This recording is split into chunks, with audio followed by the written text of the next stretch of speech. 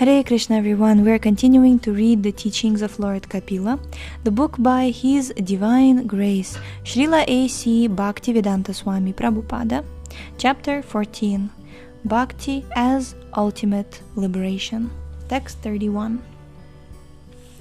Maitreya Uvacha Viditvartham Kapilo Maturitham Jata Sneho Yatra Tanva Bhijata Tatvam Nayam Yat Pravadanti Sankhyam Pravacha Vai Bhaktivedanta Yogam. Translation. Sri Maitreya said, after hearing his mother's statement, Kapila could understand her purpose, and he became compassionate toward her because of having been born from her body. He then described the Sankhya system of philosophy, which is a combination of devotional service and mystic realization, as received by disciplic succession. Purport. The philosophy propounded by the atheist Kapila is an analysis of the material elements and is very much appreciated by Western philosophers. The Sankhya Yoga, explained by Lord Kapila Deva, the son of Devahuti, is practically unknown in the West. The Sankhya Yoga propounded herein is actually bhakti. It is stated here that the proper way to receive this knowledge is by disciplic succession, not by philosophical speculation. Speculation is an improper way to understand the absolute truth. Generally, Western philosophers try to understand the absolute truth. One moment. Generally, Western philosophers try to understand the absolute truth by the ascending process of mental speculation. This is the process of inductive logic. The other process is the descending process, and this is the parampara process. By this method, knowledge descends from a higher source. In Bhagavad Gita, many yoga systems are explained, but the Bhakti yoga system is considered highest of all. Ultimately, all yogas end in Bhakti yoga. The ultimate conclusion of Jnana yoga and Hatha yoga is Bhakti yoga. In the 6th chapter of Bhagavad Gita, the Hatha yoga system of meditation is explained, and Arjuna, who was highly elevated, said that he could not concentrate his mind in this way. If the Hatha yoga system was so difficult 5,000 years ago for a person so elevated that he was Krishna's friend, how is it possible today?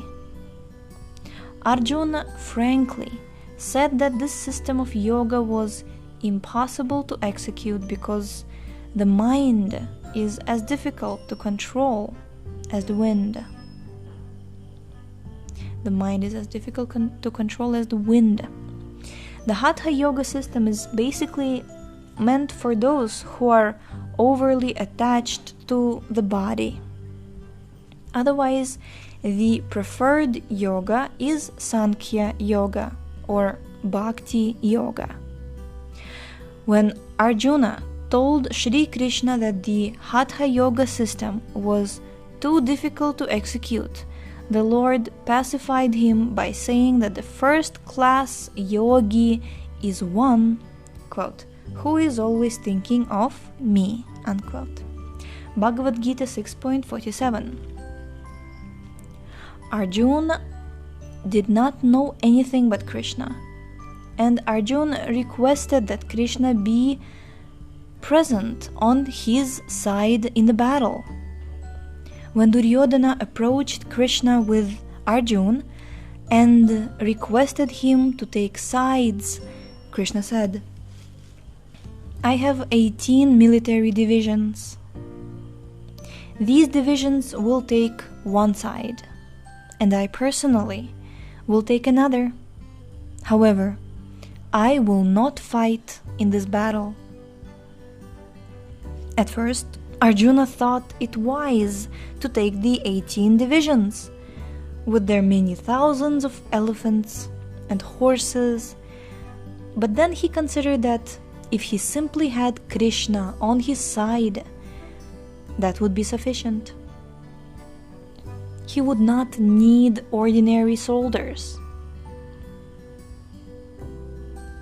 Duryodhana, on the other side, decided to take Krishna's soldiers.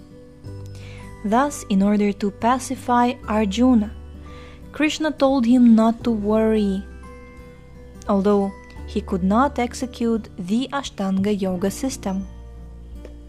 Quote, "The first class yogi is he who always thinks of me." Unquote. One should always remember that Krishna is within his heart and think of him. This is the proper system of meditation.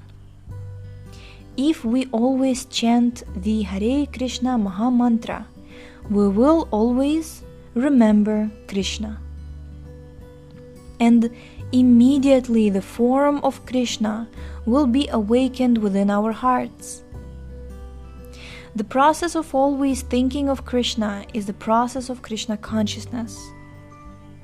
The first class yogi is he who is always conscious of Krishna.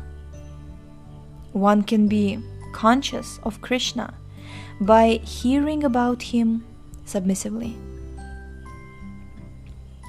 We have to accept Krishna through the disciplic succession. There are 4 sampradayas, disciplic successions. One comes from Lord Brahma, the Brahma Sampradaya, and another comes from Lakshmi, the goddess of fortune, the Shri Sampradaya. There are also the Kumara Sampradaya and the Rudra Sampradaya. At the present moment, the Brahma Sampradaya is represented by the Madhva Sampradaya, and we belong to the Madhva Gaudiya Sampradaya. Our original Sampradaya stems from Madhvacharya. In that Sampradaya there was Madhavendra Puri, and Madhavendra Puri's disciple was Sri Ishvara Puri. Sri Ishvara Puri's disciple was Lord Chaitanya Mahaprabhu. Thus we are coming in the disciplic succession from Sri Chaitanya Mahaprabhu, and therefore our Sampradaya is called Madhva Gaudiya Sampradaya. It is not that we have manufactured a Sampradaya. Rather, our Sampradaya stems from Lord Brahma. There is also the Ramanuja Sampradaya, which comes from the Shri Sampradaya.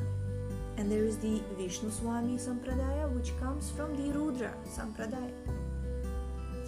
The Nimbaditya Sampradaya comes from the Kumara Sampradaya. If we do not belong to any Sampradaya, our conclusion is fruitless. It is not that one should think, I am a big scholar and I can interpret Bhagavad Gita in my own way. All these Sampradayas are useless. We cannot manufacture our own comments. There are many commentaries made in this way, and they're all useless. They have no effect. We have to accept the philosophy as it was contemplated by Lord Brahma, Narada, Madhvacharya, Madhavendra Puri and Ishvara Puri.